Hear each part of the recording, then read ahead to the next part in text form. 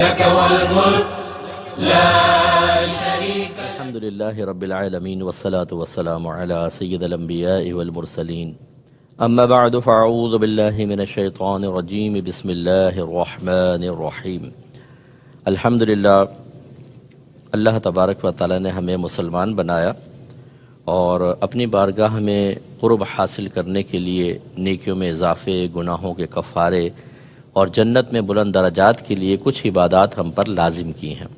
جن میں سے ایک بہت ہی افضل اور پیسے خرچ کرنے کے اعتبار سے اور مشقت کے اعتبار سے بڑی عبادت حج بھی ہے۔ ہمارے بہت سارے مسلمان بھائی بہن حج کی فرضیت کے بارے میں نہیں جانتے، تو ان کو یہ نہیں پتہ چلتا کہ ہم پہ حج فرض ہو گیا ہے۔ پھر ان کو حج کی ادائیگی کے معاملات کا علم نہیں ہوتا کہ اس میں بلا عذر تاخیر کرنا کیسا ہے۔ بعض اوقات لوگ اس لیے حج نہیں کرتے کہ پہلے پیسے جمع ہو جائے، ماں باپ کو حج کرواؤں گا پھر میں کروں گا، حالانکہ اگر اس کے اندر شرائط پائی گئیں تو پھر تاخیر کرنا گناہ ہوتا ہے۔ ایسی بعض لوگ کہتے ہیں پہلے بچیوں کی شادی کریں گے پھر حج کریں گے، وہ سمجھتے ہیں کہ شاید بچیوں کی شادی حج سے پہلے لازم ہے، اس میں بھی وہ تاخیر کرنے کی بنا پر گناہگار ہوتے ہیں۔ ایک مسلمان کو چاہیے کہ ان تمام مسائل کو اچھی طرح سمجھے، اور پھر وہ خوش نصیب جو خاص طور پہ حج کی سعادت حاصل کرنا چاہتے ہیں، اگر وہ حج کا طریقہ، حج کے مسائل اور جو تربیت ضروری ہے حاصل نہ کر سکیں تو بعض اوقات حج کا ثواب ضائع ہو جاتا ہے، اور بعض اوقات حج کی برکات سے انسان محروم ہو جاتا ہے، بلکہ بسا اوقات تو بہت گناہوں سمیت واپس آتا ہے۔ لہٰذا حج ہے کیا؟ حج اصل میں مخصوص ایام میں آپ نیت کرتے ہیں، احرام پہنتے ہیں، اور دو چیزوں کا نام حج ہے۔ ایک میدان عرفات میں آپ ٹھہرتے ہیں، اسے وقوف عرفہ کہتے ہیں، اور ایک 10 ذوالحجہ کو آپ جا کے طواف کرتے ہیں، جس کو طواف الزیارہ کہتے ہیں۔ اگر یہ دو کام آپ کر لیں تو حج آپ کا ہو گیا، یعنی یہ فرض ہیں اور ارکان ہیں، باقی جو واجبات ہیں ان کی نہ کرنے کی بنا پہ گناہگار تو ہوں گے، لیکن دو بڑی چیزیں۔ حج کی فرضیت کے بارے میں اللہ تبارک و تعالیٰ نے قرآن عظیم میں ارشاد فرمایا وَلِلَّهِ عَلَى النَّاسِ حِجُّ الْبَيْتِ مَنِ اسْتَطَاعَ إِلَيْهِ سَبِيلًا، اور اللہ تبارک و تعالیٰ کے لیے لوگوں پر حج فرض ہے، ان لوگوں پر کہ جو راستے کی استطاعت رکھتے ہیں۔ اس کا مطلب ہے جن کو سفر حج کی طاقت حاصل ہے، جو اس کی استطاعت رکھتے ہیں، ان پہ حج فرض ہو جاتا ہے، تو اس کا خاص طور پہ خیال رکھنا ہوگا۔ اب وہ کیا شرائط ہیں وہ ایک مسلمان کو معلوم ہونی چاہیے، تو چند چیزیں میں آپ کی خدمت میں ذکر کرتا ہوں۔ پہلی چیز تو ہے کہ مسلمان کا عاقل ہونا، دوسرا بالغ ہونا، یعنی مسلمان ہونا تو شرط ہی ہے، کافر تو کر ہی نہیں سکتا، دوسرا عاقل ہونا، پھر بالغ ہونا، پاگل مجنون پر لازم نہیں، اور اسی طرح نابالغ پر لازم نہیں ہوتا۔ اس کے علاوہ پھر زاد راہ کا مالک ہونا۔ زاد راہ کا مطلب یہ ہے کہ آپ کے فلائٹ کا کرایہ، پھر فلیٹ وغیرہ، یہ جیسے گورنمنٹ کوئی آپ کو پیکج دیتی ہے یا پرائیویٹ حج کروانے والے پیکج دیتے ہیں، اس کے اخراجات آپ کے پاس موجود ہوں، اور اگر آپ گھر کے کفیل ہیں تو جب تک آپ غیر موجود رہیں گے، گھر والوں کو نان نفقہ خرچ کے پیسے وغیرہ بھی آپ کے پاس ہوں، تب آپ پر حج لازم ہوگا۔ خواتین جو ہیں ان پر بھی اس طرح اتنا مال جمع ہو جائے تو حج لازم ہو جاتا ہے، لیکن ان کے حج کی ادائیگی کے لیے شرط یہ ہے کہ ان کے ساتھ محرم ہونا چاہیے۔ یا آج کل ایک نیا قانون آپ دیکھیں گے کہ جی عورت بغیر محرم کی بھی حج کر سکتی ہے۔ ذہن میں رکھیے گا کہ شریعت ہمارے نبی کی ہے، کسی اور کی نہیں ہے، لہذا نبی کریم صلی اللہ علیہ وسلم نے واضح طور پہ بیان فرمایا کہ جو عورت اللہ تبارک و تعالیٰ اخروی دن پر ایمان رکھتی ہے، وہ بغیر محرم کے 3 دن سے زیادہ سفر اختیار نہ کرے، جس کو فقہا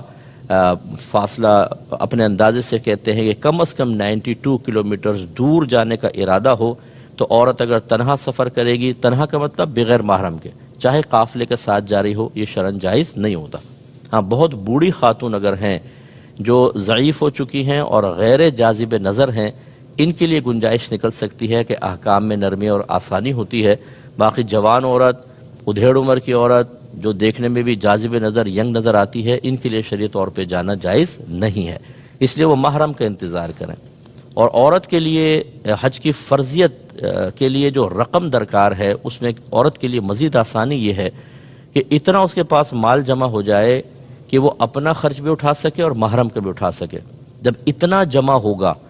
اور باقی شرائط پائی جائیں گی تو اس پہ حج کی فرضیت کا حکم لگایا جائے گا۔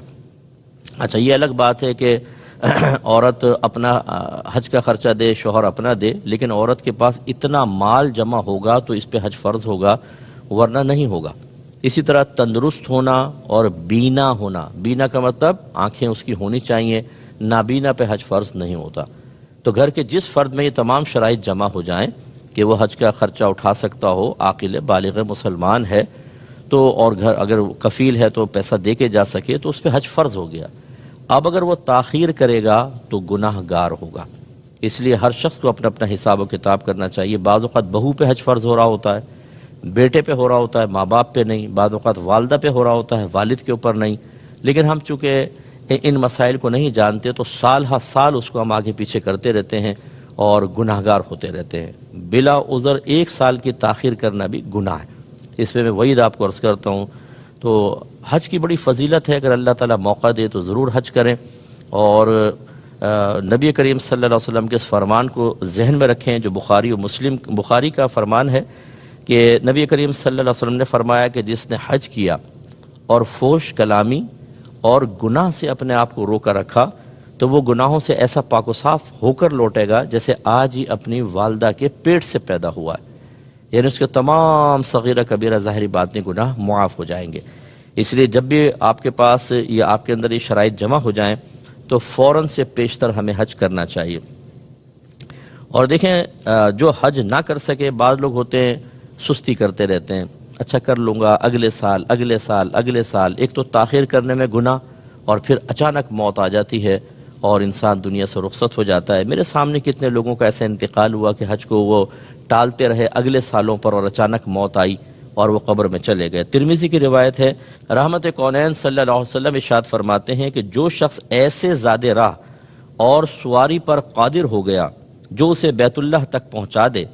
اور وہ پھر بھی حج نہ کرے اور مر جائے تو چاہے یہودی ہو کر مرے یا عیسائی ہو کر مرے۔ تو آپ اندازہ کریں کتنا سرکار صلی اللہ علیہ وسلم نے ناراضگی کا اظہار فرمایا۔ ابھی یاد رکھیے کہ جن میں یہ شرائط ہوں گی یہ کب دیکھی جائیں گی؟ ہونا تو یہ چاہیے کہ حج کے ایام کے اندر ہوں۔ حج کے ایام ہوتے ہیں جیسے شوال شروع ہوتا ہے نا، میٹھی عید ختم ہوتی ہے، یعنی رمضان کے بعد، عید کے بعد اگلے دن سے ہی سمجھ لیں حج کے ایام سٹارٹ ہو جاتے ہیں۔ پورا شوال، پھر ذیقعد اور ذی الحجہ کے 10 دن، 2 ماہ 10 دن۔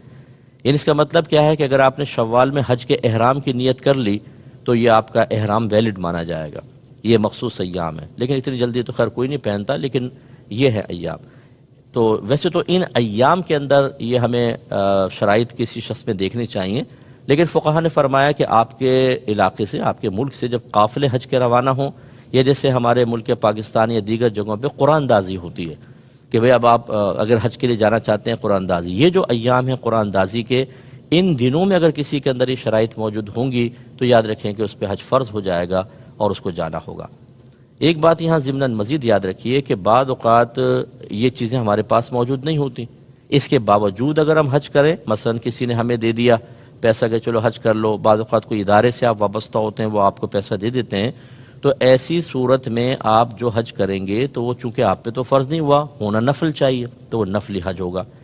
لیکن میرا مشورہ یہ ہوگا کہ جو اس طرح خود زاد راہ پر قادر نہیں ہے، کوئی ان کو حج کروا رہا ہے یا اسی طرح آفس وغیرہ میں ہو جائے، تو وہ نیت کر لیں فرض حج کی۔ فقہا نے فرمایا ہے کہ اگر کوئی کسی پہ حج فرض نہیں تھا لیکن موقع مل گیا ادائیگی کا اور فرض کی نیت سے ادا کر لے تو اس کا فرض ہی ادا ہوگا، یعنی آئندہ زندگی میں اگر کبھی اس کو اللہ تبارک و تعالی مزید مال عطا فرماتا ہے جو حج کے لیے لازم ہے تو وہ پھر حج فرض نہیں ہوگا، پھر دوبارہ آنے کی اس کو حاجت نفل کرنا چاہے کر لے۔ تو اس لیے میرا مشورہ ہے کہ آپ جب اگر کوئی ایسے بھائی بہن ہمارے جانا چاہتے ہیں جو کوئی اور ان کو کروا رہا ہے، حج فرض نہیں ہے، تو فرض کی نیت سے ہی حج کریں تو انشاءاللہ ان کو برکات حاصل ہوں گے۔ جن بھائی بہنوں کے نام حج کے لیے قرآن دازی میں نکل آتے ہیں یا وہ پرائیویٹ طور پہ حج کرنا چاہتے ہیں تو انہیں چند چیزیں ضرور اپنے ساتھ رکھنی چاہیے۔ میں اس کی تھوڑی مختصر سی تفصیل آپ کو ذکر کر دیتا ہوں۔ ایک تو موسم کے لحاظ سے کپڑے رکھیں، آپ کچھ لباس ضرور ساتھ رکھیں، میلے ہو جاتے ہیں، احتلام بھی ہو جاتا ہے، دیگر مسائل ہوتے ہیں۔ احرام کی بھی 2 چادریں رکھیں، مرد 2 سیٹ، یعنی ایک احرام تو پہن کے جائیں گے آپ، وہاں میلا بھی ہو جاتا ہے، کبھی ایسا بھی ہوتا ہے کہ کوئی ناپاکی وغیرہ ہوتی ہے، کہیں گر جاتا ہے، تو آپ چادریں تبدیل کر سکتے ہیں۔ سردی ہیں تو سردی کے، گرمی ہیں تو گرمیوں کے کپڑے۔ دوسرا، ایک بڑا بیگ آپ لیں جس میں آپ تمام اپنی چیزیں اس میں ڈال سکیں، یہ مطلب لیگیج ہوگا جو آپ جمع کرائیں گے۔ اسی طرح پاسپورٹ ہے، ٹکٹ چیک کر لیں اچھی طریقے سے، اور ہیلتھ سرٹیفکیٹ وغیرہ، یہ سب چیزیں آپ کے پاس ہونی چاہیے۔ جانے سے پہلے اچھی طرح چیک کریں، اور ایک چھوٹا بیگ لے لیں جن میں یہ چیزیں آپ ڈال کر انہیں اس کو گلے میں لٹکا سکیں۔ مرد جو ہیں وہ احرام کی 2 چادریں لیں گے، جیسے میں نے بتایا 2 سیٹ لے لیں، اور میرا مشورہ ہے کہ تولیہ والا احرام لیجئے گا۔ وہ کپڑے والا ہوتا ہے وہ ذرا گیلا ہو جائے تو کھال سے چپک جاتا ہے اور جسم کی حیت ظاہر ہوتی ہے۔ تولیہ والا ٹھیک رہتا ہے، پسینہ بھی جذب رہتا ہے اور موٹا بھی ہوتا ہے، ستر کی اچھی حفاظت ہو جاتی ہے، ہوا میں زیادہ اڑتا بھی نہیں ہے۔ لیکن بعض اوقات آپ جائیں گے دکانوں پہ لکھا ہوگا عورتوں کا احرام، عورتوں کا کوئی احرام نہیں ہوتا۔ عورتیں اپنے وہی سلے ہوئے لباس میں نیت کریں گی، یہ بیچنے کے چکر ہوتے ہیں، بچیوں کو پتہ نہیں ہوتا، خواتین کو، ہماری بہنوں کو، وہ لے کر وہ پہن لیتی ہیں، اسکارف ٹائپ ہوتا ہے، چہرہ نظر آ رہا ہے پورا نیچے تک، وہ آپ کا ایک کپڑا ہوتا ہے، اس کو احرام کہہ دیتے ہیں۔ عورتوں کا کوئی احرام نہیں ہوتا، خواہ پیسہ خرچ کرنے کی حاجت نہیں ہے، جو آپ کے مطلب عام لباس ہے اسی میں آپ کریں، باقی اور کیا احتیاط کرنی ہے وہ احرام کی میں ضمن میں عرض کر دوں گا۔ اس کے علاوہ ایک بیلٹ باندھ سکتا ہے مرد جو ہے۔ یہ یاد رکھیں کہ مرد کو سلا ہوا لباس پہننا منع ہوتا ہے، لیکن یہ بیلٹ جو ہے وہ سلے ہوئے لباس کے اندر نہیں آتی۔ ہمارے عرف میں کوئی بھی اس کو لباس نہیں کہتا، لیکن پھر بھی آپ اس سے صرف احرام کو سنبھالنے کی نیت نہ کریں، بلکہ قصد و ارادہ کریں کہ میں اس میں پیسے، اپنے پاسپورٹ یا دیگر چیزیں رکھ لوں گا، بیلٹ باندھنے میں کوئی حرج نہیں ہے۔ اسی طریقے سے لاسٹک ہوتی ہے، اس کو لاسٹک، یہ بھی کوئی ایسا نہیں ہوتی، اگر آپ کو یہ گمان ہو، جیسے بچے ہوتے ہیں نا، ان کو کبھی یہ بیلٹ بھی نہیں سنبھال پاتے، ان کو ایک مطلب وہ لاسٹک کر کے باندھ دیں تو وہ بالکل احرام کو روک کے رکھیں گی، ورنہ یہ سرک جاتا ہے اور پھر وہاں پر مسائل ہوتے ہیں، کیونکہ ہر ایک کو احرام پہننے کی عادت نہیں ہوتی۔ اپنی مصلی لے لیں، تسبیح وغیرہ لے لیں، جیسے بعض اوقات کسی جگہ خاص بیٹھنے کو جگہ نہ ملے تو آدمی وہ کر لے۔ اس کے علاوہ اگر سردی وغیرہ ہے چادر لے لیں، تکیہ لے لیں، ویسے تو سب چیزیں تقریباً وہاں مل جاتی ہیں آپ کو۔ پانی پینے کی بوتل ضرور ساتھ رکھیں، کیونکہ بسا اوقات رش بہت ہوتا ہے، آپ کو اس مقام تک جانا مشکل ہوتا ہے، اپنے پاس بھر کے رکھیں، وہ پینے میں آپ کو بڑی آسانی رہے گی۔ اس کے علاوہ سیفٹی ریزر ہے یا مشین اپنے پاس رکھیں۔ یہ یاد رکھیں کہ جب محرم حالت احرام سے باہر نکلنے لگے تو وہ اپنا سر بھی مونڈ سکتا ہے اور دوسرے محرم کا بھی سر صاف کر سکتا ہے، لیکن جب باہر نکلنے کا موقع نہ ہو، یعنی احرام کی پابندی سے باہر نکلنے کا وقت نہ ہو، اس سے پہلے اگر آپ کسی کو سر مونڈیں گے یا اپنا سر صاف کروائیں گے تو دم لازم ہوتا ہے۔ دم کا مطلب ایک بکرا یا دمبا ذبح کرنا۔ تو جب آپ بالکل جیسے آپ نے مثال کے طور پہ عمرہ پورا کر لیا، حلق کروانا ہے، تو یہ آپ کو بڑا فائدہ دے گا، ورنہ بہت زیادہ پیسے دینے پڑتے ہیں وہاں پہ، 100 ریال، کبھی 80 ریال لے رہے ہوتے ہیں، اور جو پاکستان میں اس کو پاکستانی روپیز میں کنورٹ کریں تو کافی پیسہ بن جاتا ہے۔ تو اپنے پاس رکھیں، اور اپنے جو قافلے میں آپ کے ساتھ ہیں ان کا سر وغیرہ بھی آپ مونڈ سکتے ہیں، لیکن جب آپ احرام کی حالت سے باہر ہونے لگے۔ اس کے علاوہ کوئی ایسی چیز لے لیں کہ جس سے گرمی وغیرہ دور کر سکیں، جیسے اسپریئر ہوتا ہے، وہ اسپریئر، اس میں پانی ڈال کے ٹھنڈا پانی اگر آپ اسپرے کریں تو چہرے پہ ٹھنڈا پانی آتا ہے، پھر کیونکہ ہاٹنس بہت ہے، جیسے بھی یہاں پہ ہاٹنس ہو رہی ہے وہاں کی، تو وہاں کا جلال برداشت کرنا بہت مشکل ہوتا ہے، تو پھر وہ ہوا لگتی ہے تو ٹھنڈا ہو جاتا ہے آدمی۔ آج کل وہ نیک فین بھی چل رہے ہیں، وہ بھی لوگ آپ سے پوچھیں گے کہ یہ پہن سکتے ہیں کہ نہیں، تو یہ گلے میں وہ آ جاتے ہیں، یوں اسٹینڈ ٹائپ ہوتا ہے، اور پھر وہ اس میں 2 فین لگے ہوتے ہیں، وہ آپ کے چہرے پہ ہوا ڈالتے رہتے ہیں۔ تو بعض ایسے ہوتے ہیں کہ جو مطلب کمزور ٹائپ کے ہوتے ہیں، زیادہ وہ مشقت برداشت نہیں کر سکتے، ان کے لیے کرنے میں کوئی حرج نہیں ہے، لیکن اگر آپ مطلب مضبوط ہیں، حالات کا مقابلہ کر سکتے ہیں، تو پھر آپ اس طرح کی سہولیات سے تھوڑا سا اپنے آپ کو دور رکھیں۔ اگر آپ برداشت کر سکتے ہیں، جتنی مشقت زیادہ ہوگی یاد رکھیں اتنے درجات زیادہ۔ خامخواہ اپنے آپ کو تکلیف میں مبتلا بھی نہ کریں، لیکن جو اللہ تبارک و تعالی نے قدرتی طور پر معاملات پیدا فرمائے ان کو فیس کرنا، اور پھر یہ آپ کو زمانے رسول کے حج کا ایک مزہ اور اس کا ایک رنگ نظر آئے گا کہ دیکھیں اس زمانے میں اونٹوں پہ، گدھوں پہ، خچروں پہ سفر ہوتا تھا، اور گرمی، دھوپ، کوئی آسانی ایسی نہیں تھی، پانی کی قلت بھی، وہ آتے تھے اور وہاں پہ حج کرتے تھے، تو اس کا تھوڑا سا رنگ حاصل ہو جائے گا۔ لیکن جیسے میں نے کہا کہ جو برداشت کر سکتا ہو، جوش میں آ کے اگر آپ کر لیں اور بعد میں کوفت میں مبتلا ہوں، پھر معاذ اللہ گرمی کو برا بھلا کہیں، یہ ٹھیک نہیں ہوتا۔ اس کے علاوہ تھوڑی سی گولیاں مخصوص چیزوں کی رکھ لیں، جیسے موشن کی تھوڑی گولیاں رکھ لیں ڈاکٹر سے مشورہ کر کے، اسی طرح نزلے کی ہیں، بخار کی ہیں، پین کی ہیں، جسم میں درد کی ہیں، سر درد کی گولیاں تھوڑی سی مشورہ کر کے رکھ لیں، کھانسی کا کوئی سیرپ، کوئی گولیاں ٹیبلٹس وغیرہ رکھ لیں، کیونکہ وہاں پہ بعض اوقات رش اتنا زیادہ ہوتا ہے، فوری طور پہ آپ کہیں جا نہیں سکتے ہیں، اس وقت آپ کو بہت یہ فائدہ دیں گی چیزیں۔ اس کے علاوہ مسائل حج پر کوئی کتاب اپنے پاس ضرور رکھیں، ضرور کوئی اچھے مستند عالم دین مفتی صاحب کی کتاب اپنے پاس رکھیں، تاکہ وہاں پہ آپ وقتاً فوقتاً اس کو پڑھ کر صحیح مسئلہ حاصل کر سکیں۔ آپ جب وہاں جاتے ہیں، ہم نے عام لوگوں کو دیکھا ہے، کوئی کتاب پاس نہیں ہوتی، کوئی مشکل درپیش آئی، لوگوں سے مشورہ کرتے ہیں، اور ایک سے ایک غلط مشورہ دینے والا موجود ہوتا ہے۔ یہ خوف خدا بھی نہیں ہوتا کہ آپ غلط مشورہ دے کر، غلط مسئلہ بتا کر اس سرزمین پہ گناہ گار ہو رہے ہیں۔ ہر شخص اپنے اپنی سوچ و فکر کے مطابق بتا رہا ہوتا ہے، آپ گناہ گار ہوں گے، آپ کا حج بھی ضائع بھی ہو سکتا ہے، یاد رکھیں، ایسی صورتحال بھی بعض اوقات ہو جاتی ہے۔ تو حج کی کتاب اپنے پاس رکھیں۔ اس کے علاوہ خوش الہان نعت خوانوں کی نعتیں اپنے موبائل وغیرہ میں آپ اپلوڈ کر لیں، تاکہ وہاں پہ آپ سنتے رہیں، اس سے ذوق پیدا ہوتا ہے، شوق پیدا ہوتا ہے، اٹریکشن پیدا ہوتی ہے۔ اور بہت ہی ضروری چیز جو زاد راہ کے اندر میں شمار کرتا ہوں، وہ ہے اپنی باطنی تربیت۔ اگر آپ غصیلے ہیں تو غصہ برداشت کرنے کی ابھی سے عادت ڈالیں۔ اگر آپ بے صبر ہیں، صبر نہیں کر سکتے، فوراً کوئی آپ کو نعمت نہیں ملتی، کوئی آرام کی چیز نہیں ملتی، تو آپ فوراً چڑچڑے پن میں مبتلا ہو جاتے ہیں، آپ لڑائی جھگڑا فتنہ فساد شروع کر دیتے ہیں۔ اس عادت کو تبدیل کریں، صبر کی عادت ڈالیں، غصہ پینے کی عادت ڈالیں،